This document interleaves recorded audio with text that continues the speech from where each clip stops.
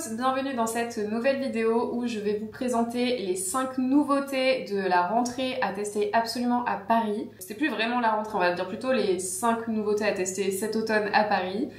Vous savez que moi je suis la reine des bons plans parisiens, donc j'adore dénicher tout ce qui est lieux secrets, des nouvelles sorties un peu insolites, des activités gratuites, les nouveaux restaurants à la mode, et pas que d'ailleurs, aussi des pépites secrètes. Et j'ai testé pas mal de nouvelles choses ces dernières semaines là, donc je me suis dit que j'allais vous faire un peu un récap de tout ce qu'il faut absolument tester à Paris et qui est le plus cool à faire en ce moment. D'ailleurs j'en profite pour vous dire, oubliez pas d'aller voir ma page Instagram parce qu'en fait c'est là où vraiment tous les jours je partage mes découvertes, les bonnes adresses et tout ça, donc si vous voulez avoir du contenu quotidien et que vous aussi vous adorez les bons plans à Paris, allez voir ma page Insta, je pense que vous pourrez trouver des petites choses intéressantes. Et au programme de cette vidéo, donc comme je vous ai dit, je vais vous présenter 5 nouvelles sorties à tester. Donc on va commencer par un spectacle féerique. Ensuite il va y avoir un nouveau restaurant, un musée qui vient de réouvrir, une expo hyper insolite et un nouveau lieu pour prendre un goûter très gourmand. Et avant de poursuivre cette vidéo, n'oubliez pas de vous abonner pour ne pas rater mes prochaines vidéos YouTube. Je poste des vidéos tous les mercredis soirs. Un petit peu de café avant de commencer. Et j'ai besoin de regarder mes notes pour vous présenter toutes ces super adresses parce que j'ai pas mal de choses à vous dire.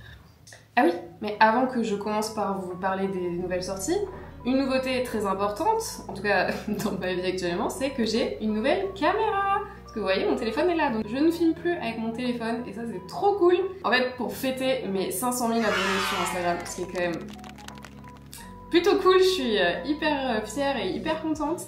Je me suis offert une nouvelle caméra, donc c'est une DJI Osmo Pocket 3. C'est une toute petite caméra qui est trop pratique et en fait ça va vraiment me changer la vie parce que moi je filmais avec ça avant et du coup dans la rue en fait c'est un peu...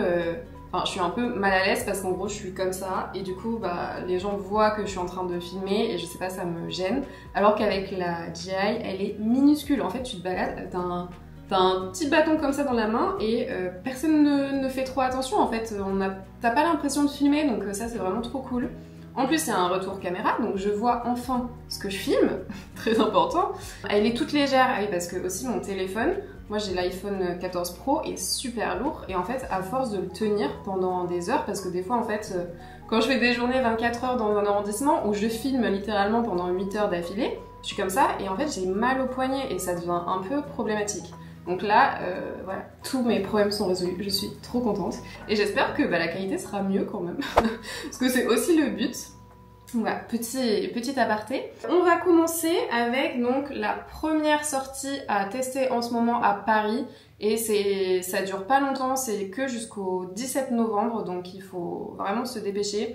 C'est le nouveau spectacle féerique du conte de la Belle et la Bête au Grand Hôtel des Rêves. Donc c'est un lieu tout nouveau dans un hôtel particulier dans le 5e arrondissement et en fait j'avais jamais fait ça, mais c'est pas du théâtre classique, en fait c'est un parcours spectacle. C'est-à-dire que tu te balades dans les pièces du château et j'ai oublié de dire que avant de rentrer dans le château on met des capes sur le dos pour vraiment se plonger dans l'ambiance.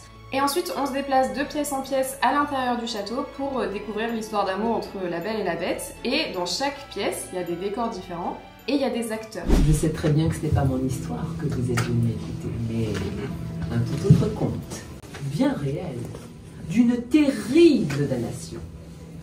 Celle d'un homme qui est devenu une bête et une légende. Vous portez le poids de vos massacres. Ces bois sont vos chaînes. Un tango, una macarena.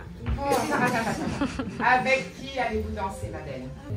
Tu ne pourras sauver et le prince et la bête, il te faut choisir, belle.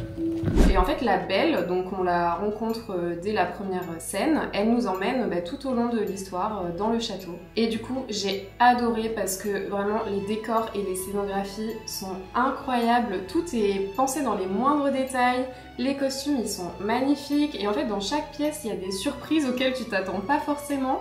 Et vraiment j'étais comme une enfant en fait, j'étais hyper émerveillée, c'était génial. Le spectacle dure 50 minutes et les billets c'est à partir de 25 €. En fait ça change en fonction de l'heure et du jour de la semaine que vous choisissez, ça peut aller jusqu'à 35 €. Et c'est une sortie qui est trop cool à faire avec ses amis, avec son chéri ou même en famille. Juste attention pour les tout petits parce que la première apparition de la bête elle peut être quand même assez impressionnante. Enfin même moi j'ai eu un petit... Moi, elle m'a fait un peu peur, je m'attendais pas à ce qu'elle soit aussi monstrueuse. Ensuite, en deuxième sortie à tester absolument, c'est un restaurant qui va faire fureur, je suis sûre, dans les semaines à venir. Ça s'appelle Red Cat et c'est un restaurant chinois qui a été fondé par 3 sœurs franco-chinoises. Et c'est très atypique, c'est dans le 2e arrondissement. Et en fait le décor est un hommage aux années 30 avec une ambiance rétro-chic très élégante. Chaque détail a été pensé pour créer un peu une atmosphère cinématographique. Et à la carte, le restaurant propose des plats emblématiques de la cuisine chinoise comme des dim sum ou le célèbre canard pékinois. Et aussi des plats beaucoup plus modernes. Donc par exemple on a goûté de la crème de tofu, un peu comme un dips en fait à... comment on dit ? Avec des chips de lotus à tremper dedans, c'était trop bon, j'avais jamais mangé ça. Et vers 22 h, la musique monte un peu pour que ça devienne un restaurant plus festif. Les prix sont assez élevés parce que c'est à la hauteur du standing du restaurant, on va dire. Donc c'est à réserver pour une occasion particulière ou alors pour fêter un anniversaire ou je sais pas un EVGF entre copines. En plus ils ont plusieurs salles exprès pour les groupes et les réservations. Et franchement c'est à faire au moins une fois parce que le décor est tellement beau que ça vaut vraiment le coup et en plus on y mange très bien. Je suis un peu déçue parce que j'ai acheté un bouquet dimanche et en fait là on est mercredi matin et il est déjà tout desséché alors que je change l'eau et tout. C'est vraiment compliqué les fleurs. Bref. Troisième sortie à faire en ce moment, c'est la réouverture d'un musée. Donc c'est pas vraiment un nouveau musée parce que il existe depuis longtemps, mais il a été fermé pour travaux pendant plus d'1 an. Et c'est un musée somptueux qui est peu connu à Paris alors qu'il possède la plus belle collection d'œuvres d'art privées de la capitale. C'est le musée Jacquemart-André à 2 pas des Champs-Élysées. Donc, il est situé dans un splendide hôtel particulier du 19e siècle qui est un véritable bijou d'architecture et qui est l'ancienne demeure des époux et très célèbres collectionneurs d'art Édouard André et Nelly Jacquemart. Donc comme je disais, après plus d'1 an de travaux, le musée ouvre à nouveau ses portes et dévoile des pièces restaurées qui sont somptueuses, notamment ce magnifique jardin d'hiver, le majestueux double escalier qui est une vraie prouesse architecturale, mais aussi le boudoir, le fumoir et tous les salons meublés dans lesquels on peut admirer une belle collection d'objets d'art et de tableaux de maître. Donc notamment Rembrandt, Fragonard, Reynolds, Donatello, Botticelli et j'en passe. Mais l'événement à ne pas manquer en ce moment, c'est que pour fêter sa réouverture, le musée propose une exposition exceptionnelle avec une 40aine de chefs-d'œuvre issus de la célèbre Galerie Borghese à Rome, qui sont très rarement prêtés à l'étranger et qui sont des trésors inestimables de l'époque de l'art baroque et de la Renaissance. On y admire par exemple la Dame à la licorne de Raphaël ou alors le Garçon à la corbeille de fruits de Caravage. Et nous on y est resté quasiment 2 heures, il y a beaucoup de choses à voir et ça vaut vraiment le coup. Alors je fais quoi? Cette fois-ci je vais faire haute société. C'est pour ça qu'il était inoccupé. Et ben on va prendre celui-là. Qu'est-ce que l'heure se fait? Oula. Mais pourquoi je suis un garçon surtout? Je suis un mec. Ah non mais il me manque un doigt et je suis un garçon. Bah après on dirait pas Carlito de McFly et Carlito. Je suis morte. Non mais c'est vrai non? Bon il y avait beaucoup de monde. Pourtant on est arrivé à l'ouverture. Mais en fait c'est une expo qui est tellement incroyable, qui fait beaucoup parler.